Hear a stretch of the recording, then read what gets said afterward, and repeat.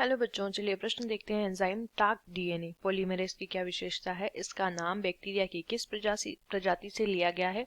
इस एंजाइम का डीएनए संश्लेषण में क्या महत्व है?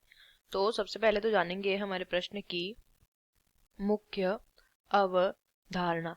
हमें प्रश्न में पूछा गया है टाक TAQ डीएनए के बारे में। उसके जो है उसके लिए हमें 3 प्रश्न दिए गए हैं। पहला प्रश्न है कि इस टाक डीएनए पॉलीमरेज लिख लेंगे। देखिए, सबसे पहले तो ये एक एंजाइम है दोस्तों, ठीक है। एक ऐसा एंजाइम जो कि क्या करता है, जो कि पॉलीमरेज यानी कि पॉलीमराइजेशन की प्रक्रिया में सहायता करता है। तो इसकी क्या विशेषता होती है? सबसे पहला प्रश्न ये है, इसकी विशेषता होती है कि ये अधिक तापमान पर भी कार्य करता है। अधिक तापमान, कितना अधिक तापमान होगा? अगर तापमान 90 डिग्री सेल्सियस है तब भी ये अपना कार्य जो है करता रहता है, ये उस तापमान पर भी नष्ट नहीं होता। दूसरा, बहुत तेजी से ये कार्य करता है, तेजी से ये कार्य करता है। दूसरा प्रश्न क्या दिया है, इसका नाम बैक्टीरिया की किस प्रजाति से लिया गया है?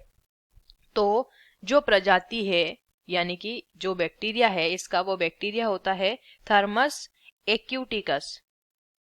थर्मस एक्यूटिकस नामक बैक्टीरिया से प्राप्त होता है, और इसकी ये जो एक्यूटिकस है ये क्या है, ये इसकी प्रजाति होती है। अब देखिए, इस एंजाइम का डीएनए संश्लेषण में क्या महत्व है?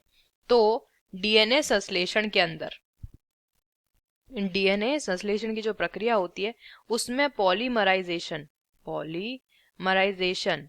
जब होता है, उस प्रक्रिया में हमारा टाक डीएनए पॉलीमरेज भाग लेता है।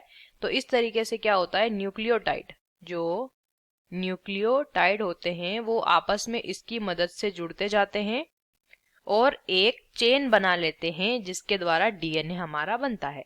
आशा करते हैं आपको इस प्रश्न का उत्तर समझ आया होगा। धन्यवाद।